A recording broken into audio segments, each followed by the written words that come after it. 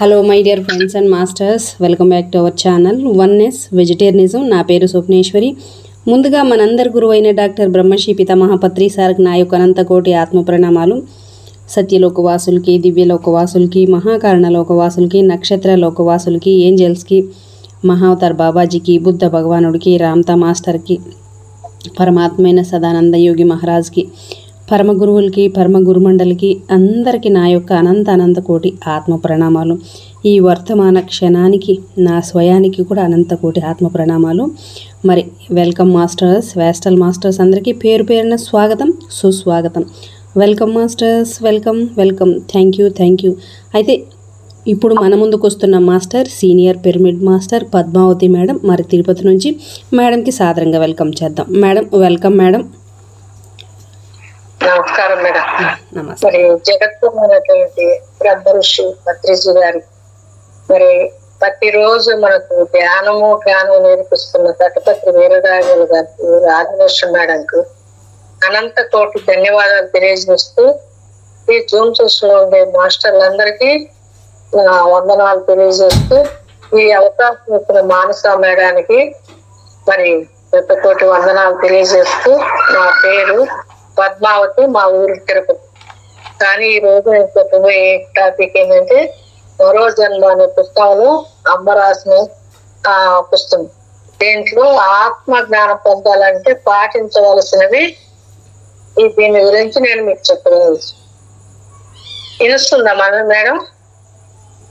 మరి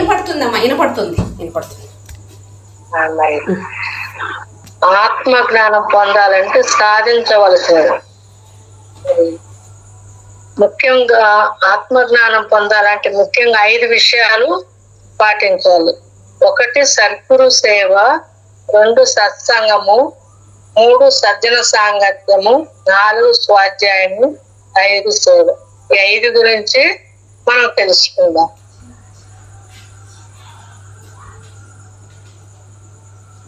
మరి ఆత్మజ్ఞానం పొందాలంటే సాధకుడు ధ్యానం చేయడమే కాదు, గురువు బోధించింది కూడా తప్పకుండా ఆచరించాలి. అలా ఆచరించడమే సద్గురు సేవ అంటారు. అయితే ఈ రోజుల్లో ఎంతో మంది గురువులు వస్తున్నారు. వారిలో సద్గురువులను గుర్తించడం చాలా కష్టం. కానీ మనకు కొంత తెలివి, జ్ఞానము ఉంటే గుర్తించగలము. సద్గురు ఎప్పుడు సత్యమే బోధిస్తాడు, సత్యంలోనే జీవిస్తాడు. మరి సత్యం కోసమే వారి జీవితం అంతా పాటుపడతారు. వారి శిశువులను సత్య మార్గంలోనే నడిపిస్తారు. అలాంటి వారే పత్రిజీ. వారు ఎప్పుడూ ఆత్మ జ్ఞానమే బోధిస్తారు.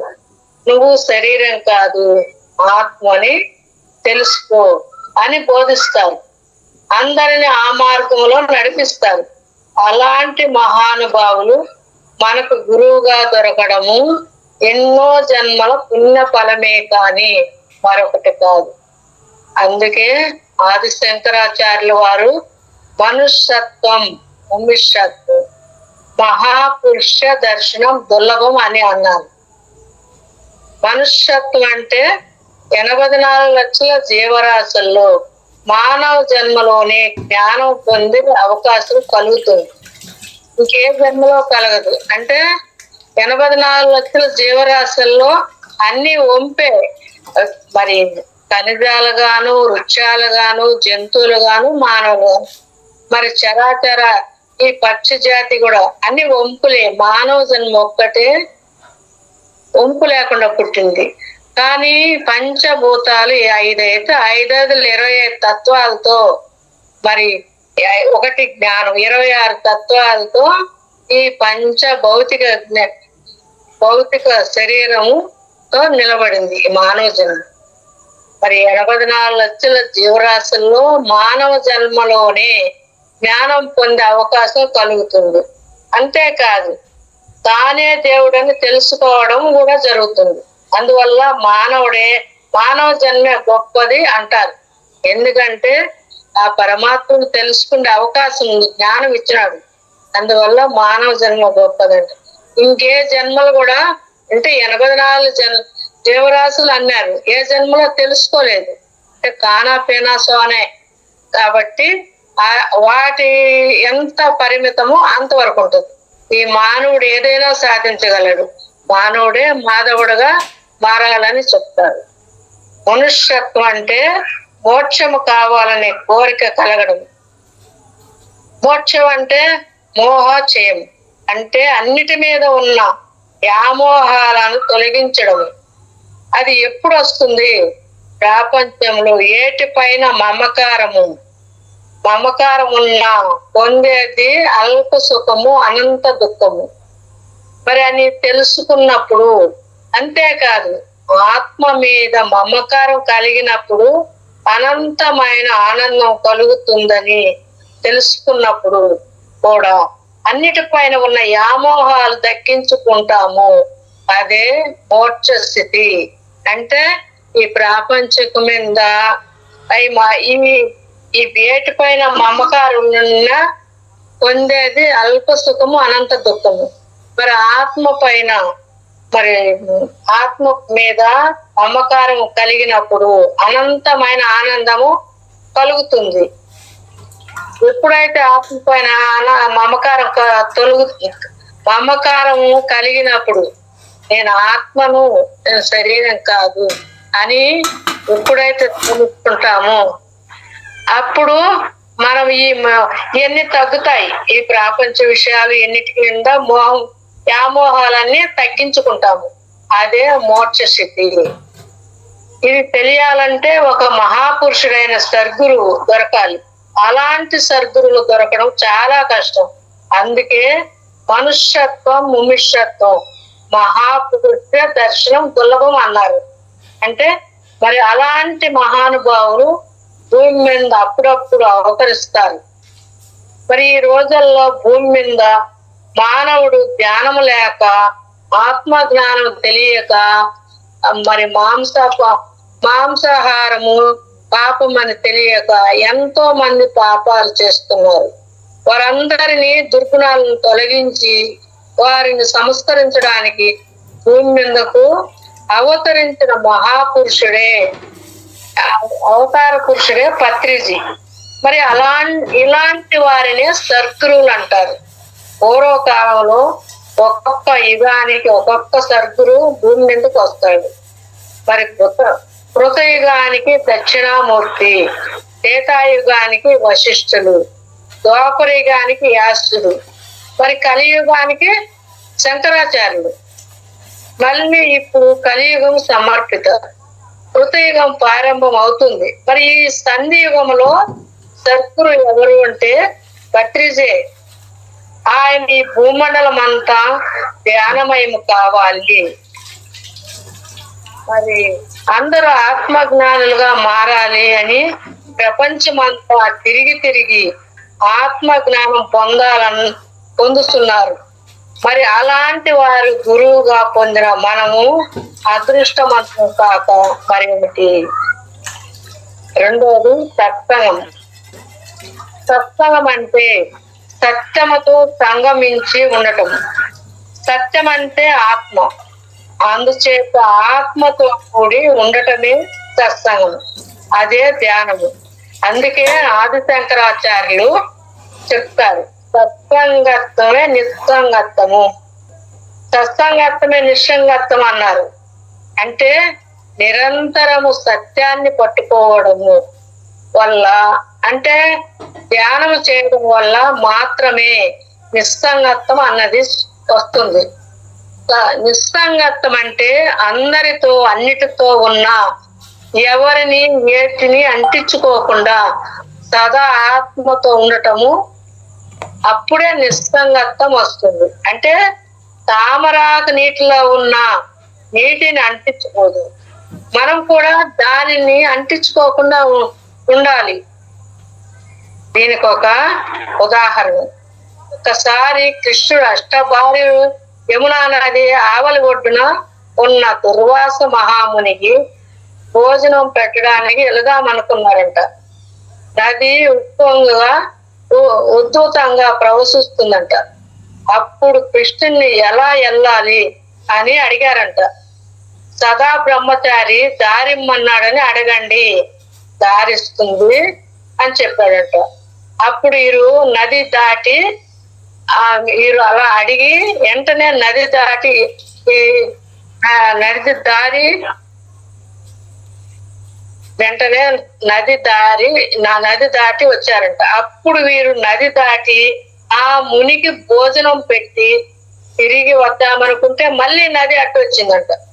అప్పుడు సత్యభామ దుర్వాస మహాముని అడిగిందంట, ఇప్పుడు మేము ఎలా వెళ్ళాలి అని. అప్పుడు ఆయన నిత్య ఉపాసి దారిమ్మన్నాడని అడగండి దారిస్తుంది అని చెప్పారంట. వాళ్ళు అలా అడిగి వచ్చారంట. కానీ సత్యభామకు అలా చాలా ఆశ్చర్యం వేసిందంట. అసలు మీరు చెప్పేది ఏమిటి, చేస్తున్నది ఏమిటి అని అర్థం కాక సత్యభామ కృష్ణుడు అడిగిందంట, మీరు అష్టభార్యలతో కాపురం చేస్తున్నారు కదా, మీరు ఎలా బ్రహ్మచారి అవుతారు, నాకు అర్థం కాలేదు అని ఆమెకు డౌట్ వచ్చిందంట. అలా మేము భోజనం పెడితే ఆయన తిన్నాడు కదా, మరి ఆయన నిత్య ఉపాస ఎలా అయ్యారు అని అడిగిందంట. అప్పుడు సమయం వచ్చినప్పుడు నీకు తెలుస్తుందిలే అని నవ్వాడంట శ్రీకృష్ణుడు. ఒకసారి కొందరు సత్యభామను భోజనానికి పిలిచారంట. ఆమె భోజనానికి కూర్చున్నప్పుడు ఆమె నెత్తి మీద ఒక కత్తి ఉంచి వారు ఒక మాట చెప్పారంట, అమ్మా మీ నెత్తి మీద కత్తి మీకు గుచ్చుకోకుండా భోంచేయాలి, మీలో గొప్పతనాన్ని తెలుసుకుందామని ఈ పరీక్ష అన్నారంట. ఆమె కత్తి ఎక్కడ గుచ్చుకుంటుందోనని తినేది గమనించుకోకుండా భోజనం చేసి ఇంటికి వచ్చిందంట. అప్పుడు కృష్ణుడు అడిగాడంట, భోజనం చేసావా, ఏ పదార్థాలు పెట్టారు అని అప్పుడు ఆమె జరిగిందంతా చెప్పి పదార్థాల మీద దృష్టి లేకపోవడం వల్ల జ్ఞాపకం లేదు అన్నారంట.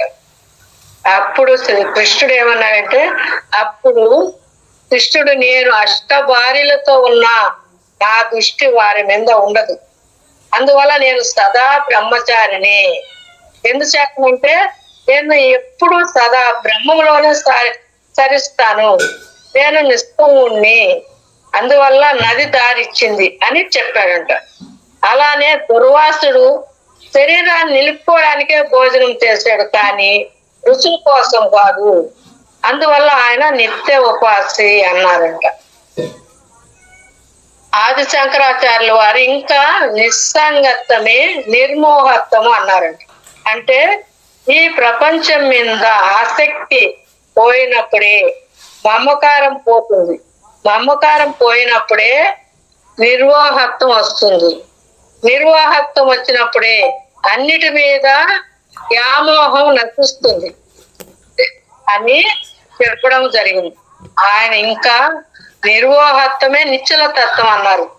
అంటే అన్నిటి మీద మమకారం నశించినప్పుడు చిత్తం నిశ్చలం అవుతుంది.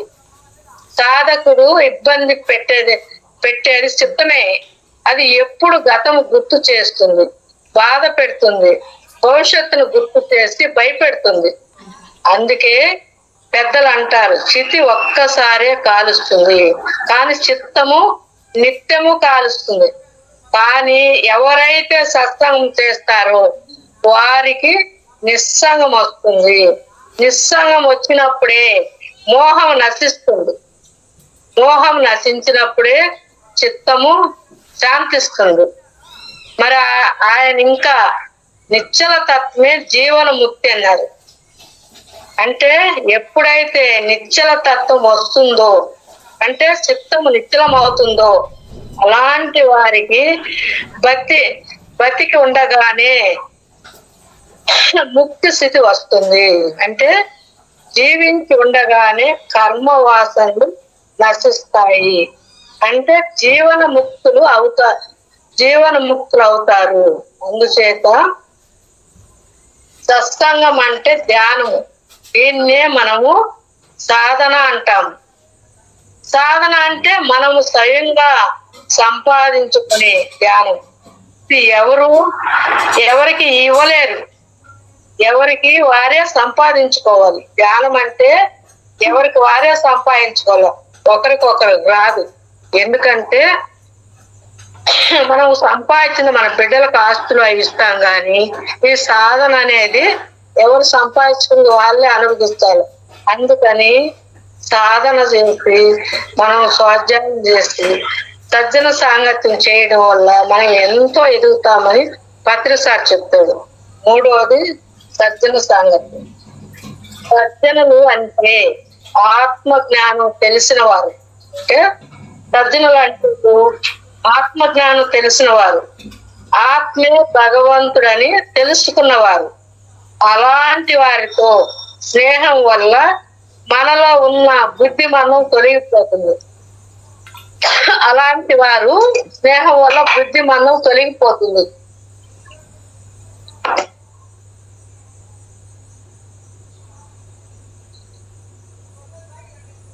మనం ఎవరితో స్నేహం చేస్తామో వాళ్ళ బుద్ధులే వస్తాయి. కానీ మంచి తాగుడుపోతుడితో స్నేహం చేసినాం అనుకో వాడి లక్షణాలే వస్తాయి. మరి ఆ మంచి వాటితో చేస్తే మంచి లక్షణాలే వస్తాయి. మరి ఆ పరమాత్ముడితో చేస్తే ఆయన లక్షణాలే వస్తాయి. కాబట్టి ఈ సజ్జనలో ఆత్మజ్ఞానం తెలిసిన వారితో చేస్తే బుద్ధి మన ఆ స్నేహం వల్ల మనలో ఉన్న బుద్ధి మందగిచ్చి తొలగిపోతుంది. ఆ బుద్ధి అనేది మందం తొలగిపోతుంది. మన మాటల్లో సత్యం ఉంటుంది. అంటే మన మాట ఎప్పుడైనా ఆ సత్యాన్నే పలుకుతారు. మా సత్యంలో ఉన్నప్పుడు సత్యం పలికితేనే మనకి ఎదుగుతాము. ఈ అసత్యం పలికినప్పుడు ఎవరు ఎదగలేరు. దీనివల్ల మన మీద అందరికీ గౌరవం పెరుగుతుంది. ఎందుకంటే సత్యం చెప్తాను. ఆ పరమాత్ముడు సత్యమైన వాడు, నిత్యమైన వాడు, మరి ఎల్లప్పుడు ఉండేవాడు. యుగాలు మారినా జగాలు మారినా ఆ మారటితో మార్పు చెందనిది. అంటే ఎప్పుడు ఆ మన కృతయుగము యుగము ఉన్నప్పుడు ఈ సృష్టి ఉన్నప్పుడు ఉండాలి. మరి సృష్టి అనంతమైనప్పుడు ఉంది, మధ్యలో ఉంది, మొదట్లో ఉంది. అయినా కానీ ఈ సృష్టిలో సత్యమే. ఆ సత్యాన్ని పట్టుకోవాలని పత్రిసార్ ఎప్పుడు చెప్తానే ఉంటాడు. ఆ సత్యాన్ని పట్టుకుంటే మీరు సత్యలోకానికి ఈ జన్మలోనే పోగలుగుతారు. 350 జన్మాలు ఉంటేనే మనం ఈ సత్యలోకానికి ఈ జూములేకి రాగలుగుతాము, సత్యన సాంగత్యం చేయగలుగుతాము అంటారు. అది ఉన్న వాళ్ళే చెయ్యాలని ఇష్టపడతారు. ఇప్పుడు మీరు ఇంతమంది ఉన్నారు ఆడ ఎక్కడ తుమ్మల గుంపులో ఒకరన్నా వస్తారు. మరి ఆ యోగ్యత ఉన్నోళ్ళే ఆ వినాలని ఇష్టపడతారు. ఇప్పుడు మా ఈదులు ఎంతమందో ఉన్నారు. ఎవరో ఇప్పుడు క్లాసులు చెప్తున్నా భీమారకు అమ్మ ఎన్నోసార్లు పిలుస్తారు. మాకేడైతే అంటారు. మరి ఎన్నో మంది కూర్చొని వ్యవహారాలు కొడతారు. కానీ ఆ ప్రాపంచంలో వాళ్ళకి అభిరుచిగా ఉంది. ప్రాపంచం ఆధ్యాత్మంలో ఆత్మజ్ఞానం నేర్చుకోవాలని, అది నేర్చుకున్నప్పుడే ఆనందం కలుగుతుంది. ఆనందం కలిగినప్పుడే మనం ఎదుగుతాము. చెయ్యాలా, ధ్యానం చెయ్యాలా, ఈ ఆత్మజ్ఞానం తెలుసుకోవాలని తపన ఉంటుంది. మరి పాపం చేయడానికి దూరంగా ఉంటారు. ఈ తెలుసుకున్నప్పుడు ఏ జీవిని హింస పెట్టరు. ఎందుకంటే అది కూడా ఆత్మస్వరూపమే, దాంట్లో కూడా ఆత్మ ఉంది. మరి మనం పెద్ద బిడ్డలు అంట, ఆ మూగ జీవాలు చిన్న బిడ్డలు అంట పరమాత్మకి. అందుకని ఏ జీవిని హింస చేయకూడదు. కానీ ఆ దాంట్లో ఆత్మస్వరూపు అన్ని ఆత్మస్వరూపులే అని అనుకోవాలి. నాలో ఉంది, నీలో ఉంది ఆత్మస్వరూపు. కానీ ఆయన అంతట్లో ఉన్నాడు అంతర్యామిగా. మరి శంకరాచార్యులు చెప్తారు, ఏమని చెప్తారంటే మనకి అందరిలో ఆ పరమాత్ముడు ఉన్నాడు. ఆయన ఏంది ఎక్కడ సృష్టి అంతా నిండాడు, సృష్టిలోనే ఆయన ఉన్నాడు, మళ్ళా లయం అయిపోతాడు అని అంతా ఆయనే ఉన్నాడు అని చెప్తారు. చిత్తం ఎప్పుడు ఆనందంగా ఉంటుంది. సజ్జనుల సాంగత్యము మనకు ఎంతైనా ఉపకారం చేస్తుంది. ఈ సంసారంలో అహంకారం మమకారం అనే నదిలో మునిగిపోకుండా ఉండాలి. అంటే సజ్జన సాంగత్యం అనే నౌక కావాలి.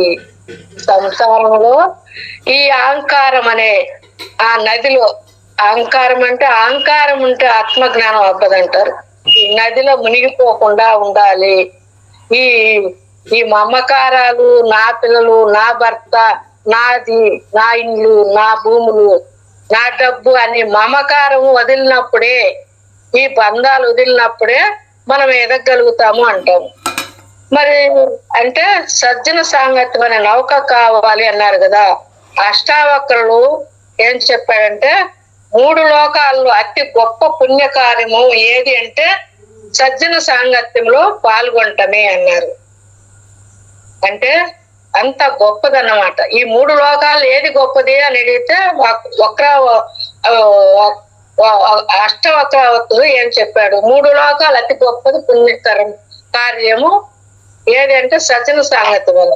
అందుకనే పత్రిసారి ఎప్పుడు సజ్జన సాంగత్యం చెయ్యాలా అంటాడు. సాంగత్యంలో పాల్గొనటమే అన్నారు. అలాగే గోస్వామి తులసీదాసు పరుసు వేది తాకినంతనే వినువు బంగారుగా మారుతుంది. అంటే అంత వాళ్ళకు ఆ పౌరు ఉంది, ఆ సత్యం అనేది వాళ్ళకు ఉంది. మరి అలాగే గోస్వామి తులసీదాసి పరుసు వేది తాకగానే వినువు బంగారుగా మారుతుంది. అలానే ఉత్తమ పురుషులు సావాసం వల్ల మూర్ఖుడు కూడా ధ్యానం వల్ల ఆ జ్ఞానులతో ఉన్నప్పుడు సజ్జన సాంగత్యం వల్ల మూర్ఖుడైన కాళిదాసు మహాకవులలో ఒకడుగా మారినాడు. అంటే కాళిదాసు మూర్ఖుడైన వాళ్ళ సావాసం చేసినాడు, వాళ్ళల్లో ఆ కవులలో ఒకడైపోయినాడు. ఎందుకంటే ఇప్పుడు ఒక చిన్న కీటకాన్ని తెచ్చి ఆ గూట్లో పెట్టి అది జిమ్మని శబ్దం ఇస్తా అంటే అది కూడా దాని మాదిరే ఆ కీటకం కూడా మరి ఇది డెమరాంబుగా మారుతుంది. ఎందుకంటే దాన్ని సౌండ్ విని రోజు అది గూడు పగలగొట్టుకొని వస్తుంది. అలాగానే మనం ఎవరితో స్నేహం చేస్తామో మనము ఆ బుద్ధులే వస్తాయి, అలా మారిపోతాం. మరి సజ్జన సాంగత్యం వల్ల మూర్ఖుడైన కాళిదాసు మహాకవుల్లో ఒకడుగా మారాడు. మరి ఒకసారి బలిచక్రవర్తితో విష్ణుమూర్తి అన్నాడట, ఏమని, నీవు సజ్జనులతో కూడి నరకానికి వెళుతావా లేక దుష్టులతో కూడి స్వర్గానికి వెళ్ళడానికి ఇష్టపడతావా అని అడిగినాడంట. ఎవరు? విష్ణుమూర్తి బలిచక్రవర్తి. అప్పుడు ఆయన ఏమని చెప్పినాడంటే అని అడిగితే దానికి బలిచక్రవర్తి నేను సజ్జనులతో నరకానికి వెళ్తాను అన్నాడంట. కారణము సజ్జనులు ఎక్కడ ఉంటారో అదే స్వర్గం, దుష్టులు ఎక్కడ ఉంటారో అదే నరకము. అందుచేత సజ్జన సాంగత్యం వల్ల నరకం కూడా స్వర్గం అవుతుంది. అందుకే బలిచక్రవర్తి అలా కోరడానికి కారణం. అందుకే పత్రి గారు సజ్జన సాంగత్యం చేయమంటున్నారు. మరి 4వది స్వాధ్యాయం. శరీరం ఉన్నతి కొరకు ధ్యానం ఎంత ముఖ్యమో ఆత్మోన్నతి కోసము స్వాధ్యాయం అంత ముఖ్యం. అందువల్ల తైత్రీ ఉపనిషత్తుల్లో ఏమన్నారంటే స్వాధ్యాయము ప్రమాదివ్య అంటారు. స్వాధ్యాయం ఎంత ముఖ్యమో చెప్పింది. తాటకములో నీరు ఆగినప్పుడు నీరు పాసి పట్టి వాసన వస్తుంది. మరి మనం ఒక గిన్నెలో నీళ్లు పోసి ఒక 10 రోజుల నుంచి ఉండిచ్చు, ఏమైతుంది? అది బాగా పాసి పడుతుంది, అది వాసన వస్తుంది. ఎందుకంటే ఆ నిలువ ఉండదు. అందుకని అలా స్వాధ్యాయం చేయకపోతే మానసిక కృతులు కలుషితమై పోతాయి. మనం స్వాధ్యాయం చేయకపోతే కలుషితం అయిపోతాయి. మన జ్ఞానము కూడా కలుషితమైపోతుంది. జ్ఞాన పరిమితమైనప్పుడు మనము ప్రపుస్త మండోలోకం ఉంటాము. అందుచేత రోజుకు 1 గంట అయినా స్వాధ్యాయం చేయాలి. అంటే ప్రతిరోజు స్వాధ్యాయము 1 గంట అయినా చేస్తే మన జ్ఞానం పెరుగుతుంది. మహర్షి మనువుడు స్వాధ్యాయం గురించి ఇలా అన్నాడు. అంటే స్వాధ్యాయం సర్వత్వం తపస్సు అన్నాడు. అంటే ఆయన మహర్షి మనుడు స్వాధ్యాయం గురించి ఇలా అన్నాడు. స్వాధ్యాయం సర్వత్వ మహా తపస్సు అన్నారు. ఎందుచేతనంటే ఉత్తమ గ్రంథాల పఠన వల్ల మానవుని బుద్ధి వికసిస్తుంది, సంస్కారం ఆచరించాలనే సంకల్పం కలుగుతుంది, ఆత్మ పరమాత్మల జ్ఞానము ఏర్పడుతుంది. సర్వ మానవుల పట్ల సమదృష్టి, సర్వ ప్రాణుల పట్ల భూతదయ సందర్భాల వల్ల కలుగుతుంది. లోకోపకారం చేయాలనే కోరిక కలుగుతుంది. నీతిగా న్యాయంగా జీవించాలనే కోరిక ఉదయిస్తుంది. జీవితాన్ని సద్వినియోగము చేసుకోవాలనే ఆలోచన సురిస్తుంది. అలాంటి వారే సమాజంలో అజ్ఞానాన్ని తొలగించి జ్ఞాన జ్యోతిని వెలిగిస్తారు. అలాంటి వారే సమాజంలో అజ్ఞానాన్ని తొలగించి జ్ఞాన జ్యోతిని వెలిగిస్తారు. స్వాధ్యాయం వల్ల సాధారణ మానవుడు కూడా మహాత్ముడైతాడు. స్వాధ్యాయం చేస్తే స్వాధ్యాయం వల్ల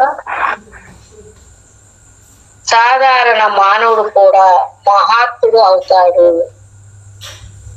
స్వాధ్యాయం అంత గొప్పదని పత్రిస్తారు. ఎప్పుడు స్వాధ్యాయం చేయాలంటే అంటే స్వాధ్యాయం చేస్తే మన మనసు మలినం లేకుండా అది కుదురుతుంది. మరి మానవుడు అంటే శరీరము, మనసు, ఆత్మ అన్నారు. మరి శరీరము మనము ప్రపంచంలో ఉన్న ఇదే గొప్ప, ఇదే అంత అమృతము అని అన్నట్టుగా ఈ పూజలు చేసుకోవడము, విగ్రహాలకు గుళ్ళకు పోవడము, ఆ పటాలకు పూజలు చేయడము ఇవన్నీ చేస్తాను. అదే గొప్ప. నేను కలుసం అయితే శుక్రవారం వచ్చిందంటే 5 గంటలకు కలుసం పెట్టి బాగా పూలు డెకరేషన్ చేసి జాకెట్ పెట్టి ఇవన్నీ పూజిస్తాను. ఎందుకంటే కలుసం పెట్టి ఏ దోషాలు ఉండవని చెప్పడం అది గొప్ప అనుకున్నాము. కానీ ఇప్పుడేమైంది, సద్గురు వచ్చినాక నువ్వు శరీరం కాదు ఆత్మ అంటాడు. మరి మన మానవుడు శరీరం, మనసు, ఆత్మ అన్నారు. ఆ శరీరము శాశ్వతం కాదు, మరి ఆత్మ శాశ్వతమైంది. ఈ మనసును దాటితే ఎవరున్నారు? ఆత్మ ఉంది.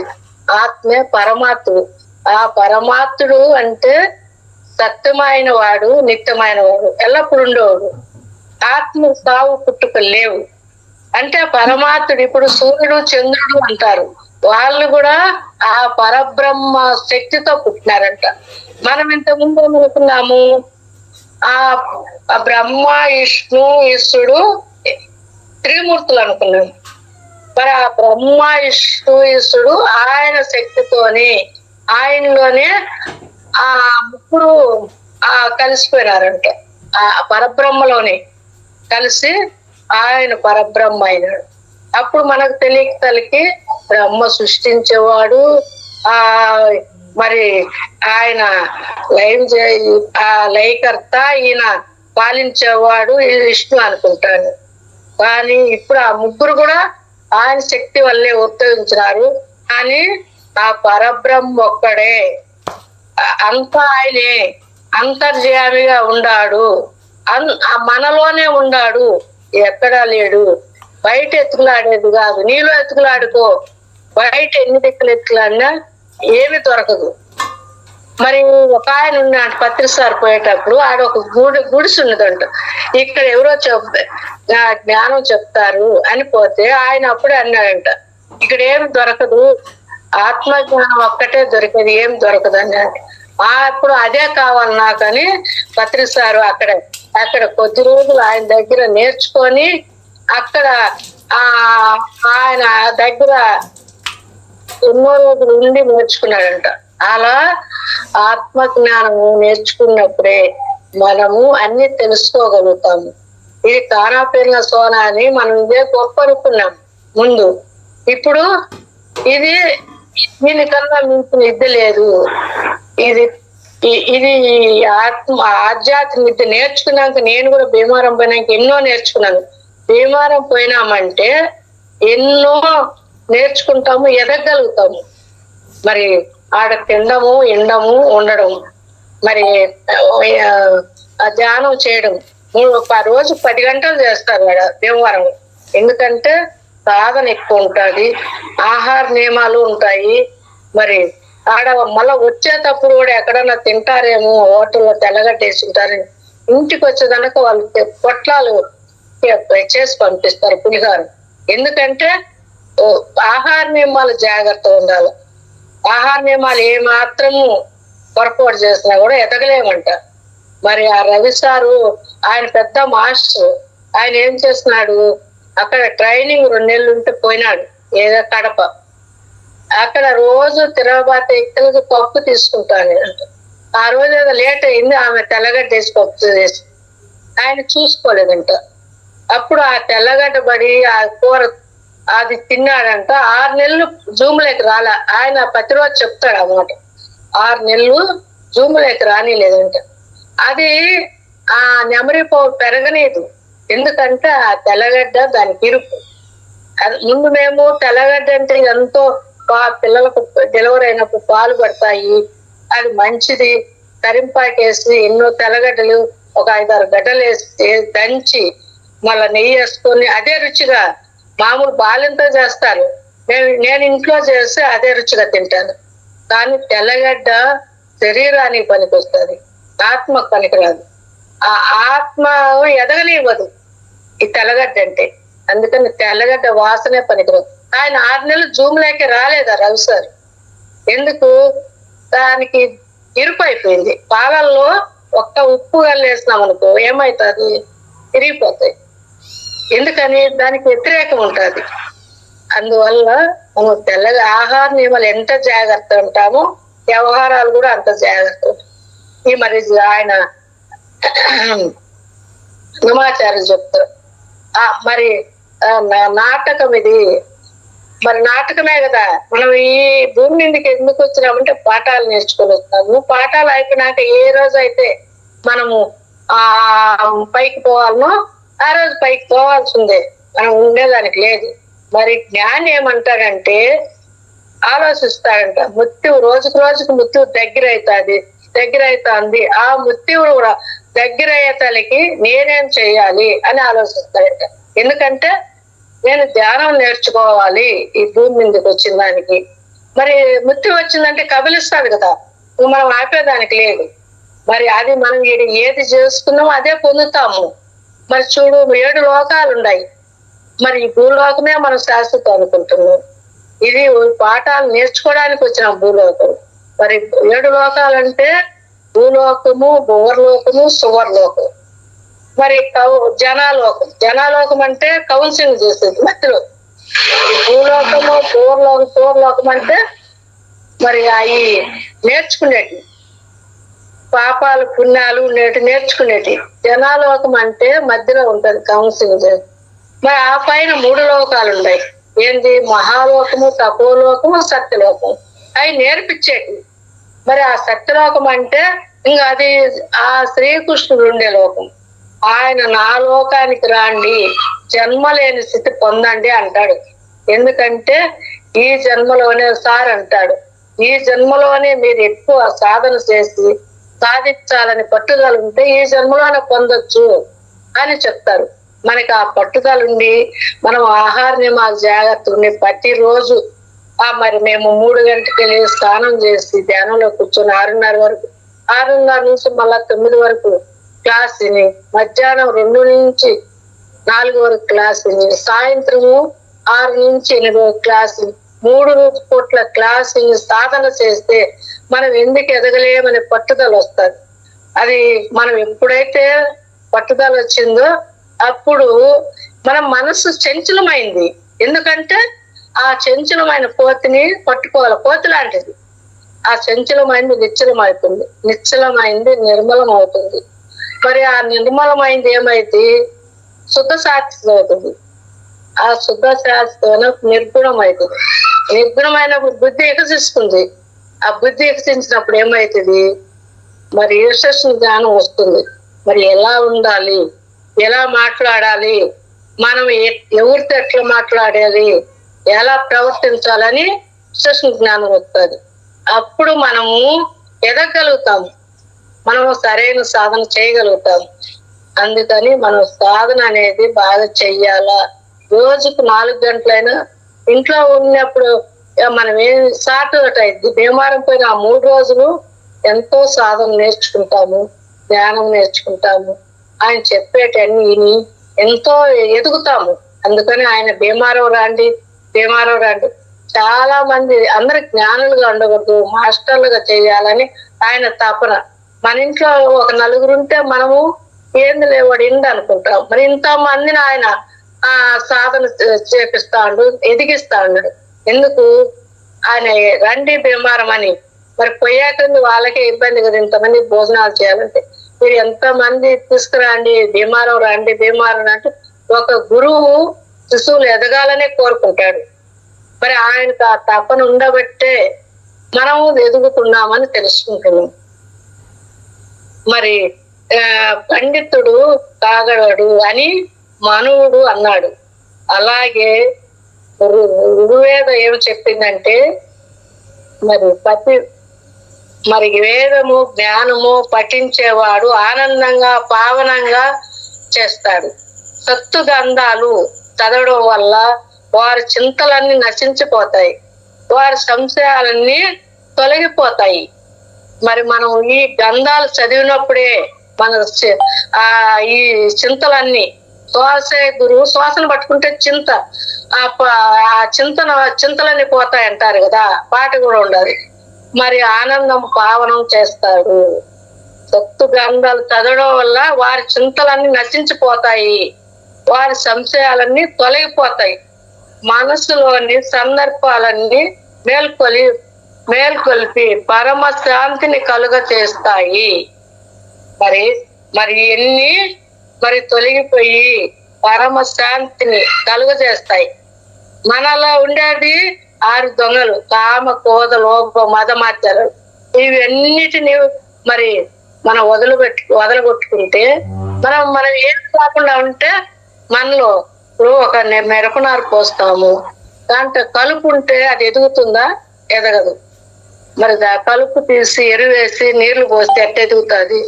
అలానే మనం కూడా స్వాధ్యాయము, సాధన, ఆహార నియమాలు ఇవన్నీ జాగ్రత్త ఉంటే మనం కూడా ఎదగలుగుతాము. ఆ కలుపు మొక్కలన్నీ తీసేయాలంటే గురువు దగ్గరికి పోవాలి. ఆ గురువే మనకు అన్ని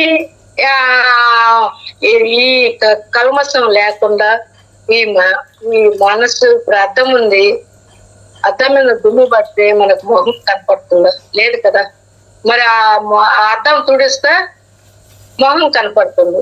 అలానే మన మనసులో కల్మషం లేకుండా తెల్ల పేపర్ మాదిరి ఉండాలంట. న్యూస్ పేపర్ మాదిరి. న్యూస్ పేపర్ అంటే మరి దాని మీద అక్షరాలు రాస్తే అర్థమవుతుందా? తెల్ల పేపర్ అయితే అర్థం. అలా ఉంటేనే గురువు చెప్పింది అర్థమవుతుంది అని చెప్తారు. అలాగే స్వామి దయానంద సరస్వతి ఏమన్నాడంటే, సముద్రంలో మునిగి రత్నాలు ఏరినట్లు అష్టగంధాలు చదవటం వల్ల గొప్ప విషయాలు తెలుసుకుంటాము. సముద్రంలో మునిగి రత్నాలు ఎట్టేరుకుంటాము, అలానే మరి ఈ గొప్ప గ్రంథాలు చదవడం వల్ల విషయాలని తెలుసుకుంటాము. వాళ్ళు లోకమాన్యులకు ఏమన్నారంటే, నేను నరకములో కూడా సత్తుగంధాలు స్వాగతిస్తాను. ఎందుకంటే సత్తుగంధాలు ఎక్కడ ఉంటాయో అక్కడది స్వర్గంగా మారిపోతుంది. మరి శక్తి కలిగి ఉంటాము అంటే ఈ గంధాలను చదివితే అది స్వర్గంగా మారిపోతుంది ఎక్కడున్నా కూడా అంటాడు. అందుచేత జీవితానికి ఉపయోగపడే ఉద్ధరించే యోగ్యత తత్వగ్రంథాల్లో ఉంది. తెలుసుకొని స్వాధ్యాయం చేయండి. అని చెప్తారు. మరి సత్తు గ్రంథాల్లో ఉంది. మనం తెలిసింది ఇంకొకరికి చెప్పాలంట. మరి ఆయన పత్రి సార్ ఏం చెప్తాడు, ఏ వస్తే ఏ చెప్పు, బి వస్తే బి చెప్పు. మనం ఏదైతే నేర్చుకున్నామో 10 మందికి పంచాలా, పంచితేనే పెంచబడుతుంది, దాచుకుంటే దోచుకోబడుతుంది అని చెప్తాడు. అందుకని మనకు తెలిసింది చెప్పాలి, చెప్తుంటేనే మనకు గుర్తుంటుంది. మరి క్లాసులు చెప్పాలన్నా గుర్తుకొస్తుంది. ఇది స్వాధ్యాయం చేసేది ఎందుకంటే మన మనసులో ఫీడ్ చేసుకోవాలంట. ఏదైనా కూడా పుస్తకంలో మస్తకంలో పెట్టుకోవాలంట మేడం చెప్తాది. ఎందుకంటే మస్తకంలో ఉంటే మనకు గుర్తు వస్తూ ఉంటాయి, పుస్తకంలో ఉంటే మనకు గుర్తు రావు కదా. అందువల్ల మరి 5వది సేవ కూడా సాధకులకు చాలా ముఖ్యం. అందరి మీద ప్రేమ ఉన్నప్పుడే మనం సేవ చేయగలుగుతాము. సేవ అంటే అందరికి ఇష్టపడదు సేవ చేయాలంటే. మరి ఆ సేవ చేయాలన్నా ఆ మంచి గుణాలు, ఇప్పుడు కొండపైన సేవ చేస్తా అంటారు ఎవరు, వీళ్ళు సేవకు వస్తారు. వాళ్ళు ఎంత ప్రేమగా, మా అమ్మ దొడకపోయింటే ఆమె పోయేటప్పుడు పట్టుకున్నది మళ్ళీ ఆ దర్శనం అయ్యి మళ్ళీ ఇంటికి బయటకు వచ్చిన తర్వాత వదల. ఎందుకంటే వాళ్ళకి అంత ఆపేత. మనం చేసే కొన్ని ఎదుగుతాము, మనం వచ్చింది ఎందుకు, మన ధర్మం మనం చేయాలని ఉంటది. కొంతమంది ఏమంటే వచ్చినామా పోయినామా అని కాదు, అది ఫలితం ఉండదు. మనం చేసేది పవిత్రంగా ఉంటేనే మనకు ఫలితం ఉంటుంది. అందుకని పావు కూడా ఎంతో ప్రేమతో ఉన్నప్పుడే ఆనందంగా ఉంటుంది, ప్రేమతో చేయాలి. మరి అందరి మీద ప్రేమ ఉన్నప్పుడే మనము సేవ చేయగలము. అందరినీ ఆత్మస్వరూపులుగా చూడగలిగినప్పుడే అందరినీ ప్రేమిస్తాము. మరి అందరూ ఆత్మస్వరూపులే అనుకోవాల. వాళ్ళకు ఉన్నా లేకుండా మన దృష్టి ఏంటంటే వాళ్ళలో కూడా ఆత్మ ఉంది కానీ వాళ్ళు ఎదగలేరు. మరి మనం ఏమనుకోవాలంటే అందరు ఆత్మస్వరూపులే మనం ఆత్మస్వరూపులుగా వాళ్ళను చూసుకొని మనం ఎంతో ఆపేక్షగా ఉండాలి, ప్రేమతో ఉండాలి. మనం వచ్చినామా పోయినామా అనేది కాదు, ప్రేమతో నటించాలి. ఇప్పుడు భోజనం పెడతారు కొండపైన, మరి లింగారంతో పెట్టుకొని లింగారంతో పెట్టి నవ్వుతా. నేను క్లాసు పోయినప్పుడు కూడా చెప్తాను, సేవకు వాళ్ళు వచ్చినప్పుడు మనం చేసే ధర్మం ఉంటే మనం ఎదగలుగుతాము. ప్రేమతో ఉంగారం పెట్టుకొని అంటే ముచ్చుమొహం పెట్టుకొని కావాలన్నా చాలా అంటే వాళ్ళు వద్దంటారు. ఎంతో ప్రేమతో వినయముతో పెట్టాలి. అన్నం పెట్టినా కూడా ఒక చుట్టం వస్తాడు, ఏదో పెట్టామని 4 మెతుకులు ఎదిరిస్తారు కొంతమంది. అలాగా పెట్టుకోయిన తర్వాత తిని నవ్వుతా ప్రేమతో పెట్టాలి, పవిత్రంగా పెట్టాలి. మరి ఆ ప్రేమతో పెట్టిందే వాళ్ళకు ఉంటుంది. భోజనం చెయ్యాలన్నా కూడా కొంతమంది సారం చేసి పవిత్రంగా చేసినప్పుడు వాళ్ళకు మనం ఎంత పవిత్రంగా చేస్తాం తిన్న వాళ్ళకు అంత జ్ఞానం వస్తుందంట. మా ఇంట్లో అప్పుడు జ్ఞానం గాయత్రి యజ్ఞం చేసేటప్పుడు 4 గంటలకు స్నానం చేసి యజ్ఞాన్ని పోతారు. 1 నెల ఉన్నారు.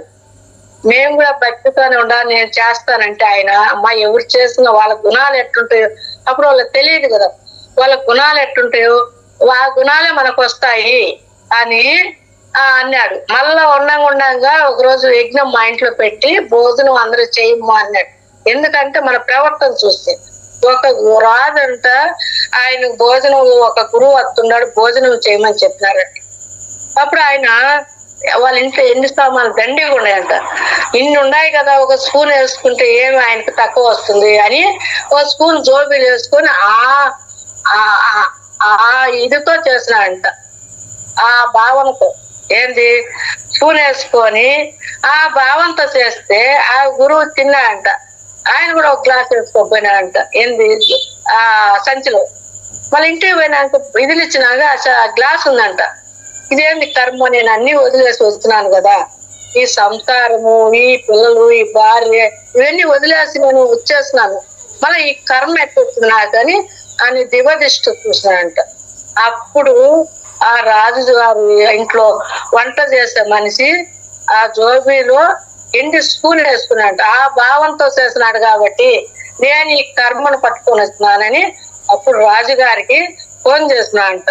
మీ ఇంట్లో వంట చేస్తే మనిషి స్పూన్ వేసుకుని ఉన్నాడు జోబిలో చూడండి ఉన్నాడంట. మరి ఏ భావంతో చేస్తామో ఆ చిన్నోళ్ళకి ఆ భావనే వస్తుంది. మా అమ్మ కూడా ఎప్పుడు అనేది, మా కోడలు స్నానం చేసి వంట చేయండి, మంచి గుణంతో చేయండి, స్నానం చేసి వంట చేయండి అంటారు. మేమేం చేస్తాము, వాళ్ళు ఒక రోజు చేస్తారు ఒక రోజు చేయరు. కానీ కోడలు లేవే అంటారు, వ్యతిరేకంగా చెప్పలేదు కదా సారికి. ఒకసారి చెప్తాది, వాళ్ళు ఒక్కోసారి స్నానం చేయకుండా చేస్తారు. అమ్మ నువ్వు పెట్టు మా అన్నము, వాళ్ళు స్నానం చేయకుండా వంట చేస్తా అంటారు. అంటే నేను అరుస్తాను, నేను ఇంతవరకు పెడతాను మమ్మల్ని, అది వాళ్ళని అలవాటు చేసుకోవాలా, మంచిగా చెప్పుకోవాలా అని చెప్తా. ఎందుకంటే ఆమె అంత పవిత్రంగా ఉన్నది. ఒక ధ్యానం చేసుకుంటా మా ఊర్లో అంత లేదు. ఒక మాస్టర్ని కూడా పెంచకపోయినా రవి సార్ని, మా అమ్మ మా ఆడది ఏమన్నదంటే, నువ్వు పుట్టినూరులో ఒక ధ్యానం చేపించి అందరు ధ్యానులుగా చేస్తే నీ పేరు ఉంటుంది పుట్టినూరులో. తెలుసుకోకపోతే ఒక 20-30 మంది వచ్చినారు, వాళ్ళు మళ్ళా చెప్పింది విన్నారు. భజనకు పోతుంటే పట్టుచీరలు కట్టుకొని అందరూ ఊరంతా పోతా ఉంటారు. దీనికి రావాలంటే అంత ఉండదు కదా, వాళ్ళకి తెలియదు కదా. అంటే ఇది మంచిదానికి ఎప్పుడు ఇది ఉండదు, చెడ్డదానికి ఉంటది.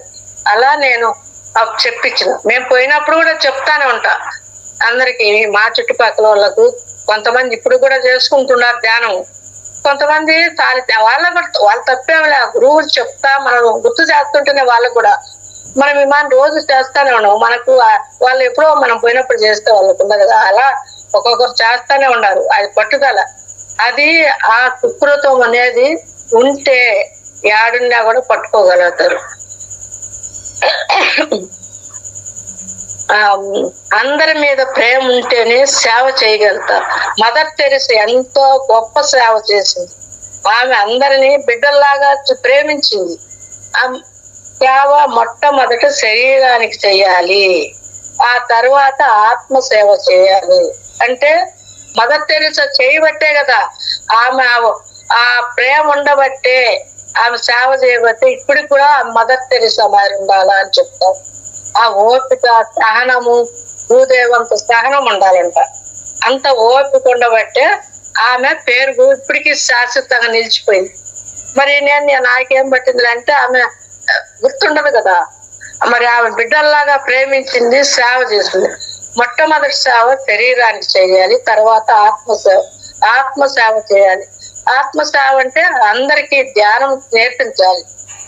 అంటే అందరికి వాళ్ళు ఎన్ని వినకపోని, మన ధర్మం ఏంటంటే సార్ కూడా చెప్తాడు, వాళ్ళు ఎన్ని వినకపోని మీరు చెప్పాలి, ఆ తర్వాత వాళ్ళ ఇష్టం అనేది చెప్తాడు. అందరికి ధ్యానం నేర్పించాలి, ధ్యాన కార్యక్రమాలు నిర్వహించాలి, ధ్యాన కార్యక్రమాలకు సహకరించాలి. అంటే ధ్యాన యజ్ఞాల్లో పాల్గొనాలి, మాంసాహారం మానిపించాలి. అంటే మాంసాహారం ధ్యానం చేయకుండా మాంసాహారం మానిపిస్తే, హింస చేయకుండా ఉంటే అంత పాపం ఉండదంట ఆయన చెప్తారు. నువ్వు ధ్యానం కూడా చేయకపో, ఆ హింస చేయకూడదు అనే అంశను పట్టుకోవాలి అంటారు. హంస చూడు పాలను వేరు చేసి నీళ్లను వేరు చేసి పాలు తాగుతారు, మరి అలా ఉండాలంట, హింస చేయకూడదు అని చెప్తారు. మరి జ్ఞాన యజ్ఞాల్లో పాల్గొనాలి, మాంసాహారం మాన్పించాలి, పాపకర్మలు చేయకూడదు, ఆపాలి. ఆత్మసేవలే జ్ఞానదానము, ఆత్మసేవే ఆకలిగా ఉన్న వారికి అన్నం పెట్టి ధ్యానం నేర్పించడం కంటే గొప్పదైన సేవ ఈ లోకంలో ఇంకొకటి లేదు అని చెప్తారు. అంటే ఆకలైన వారికి అన్నం పెట్టడము, ధ్యానం నేర్పించడం ఇంతకన్నా గొప్ప సేవ ఈ లోకంలో లేదు అంటారు. మరి పరులకు పాపం అపకారం చేస్తే పాపము, పరులకు ఉపకారం చేస్తే పుణ్యము, మనకు మనం ఉపకారం చేసుకుంటే మోక్షము అని చెప్పాడు పత్రిసారి. ఎందుకంటే ఆ పరులు ఎప్పుడు మనము వాళ్ళు ఎలాంటి వాళ్ళన్నా గాని, మంచోడు గాని చెడ్డోడు గాని, వాడికి మంచి దారి చెప్పాలా, మంచి రూట్లో తెచ్చాం, వాడికి జ్ఞానం నేర్పించినామనుకో, వాడు మూర్ఖుడైనా కూడా మనకు ఆ పుణ్యం మనకు వస్తుంది అంటారు. అందుకనే సారు ఎప్పుడైనా మీరు ఆ పుస్తకాలు పంచండి, జ్ఞానం నేర్పించండి, మరి ప్రతి ఒక్కరికి నేర్పించండి అని చెప్తారు. మనం తెలిసింది చెప్పాలా, మనం నేర్పించాలా అనేసి. మనం చెప్పే కొద్ది మనకు పెరుగుతుంది, మీరు ఎదుగుతారు అని చెప్తాడు. మరి మేడం టైం అయిందా? అయిందమ్మా, అయింది. ఓకే, ఇంకా చెప్పాలి. చాలే అమ్మా. థ్యాంక్ యూ మేడం, నాకు ఏ అవకాశం ఇచ్చినందుకు. థ్యాంక్ యూ అమ్మా, థ్యాంక్ యూ సో మచ్ అమ్మా. మీకు నా యొక్క హృదయపూర్వకమైన కృతజ్ఞతలు. మరొక్కసారి మనందరి గురువైన జగద్గురువుకి నా యొక్క అనంత కోటి ఆత్మ ప్రణామాలు masters. Thank you so much. Thank you అమ్మా.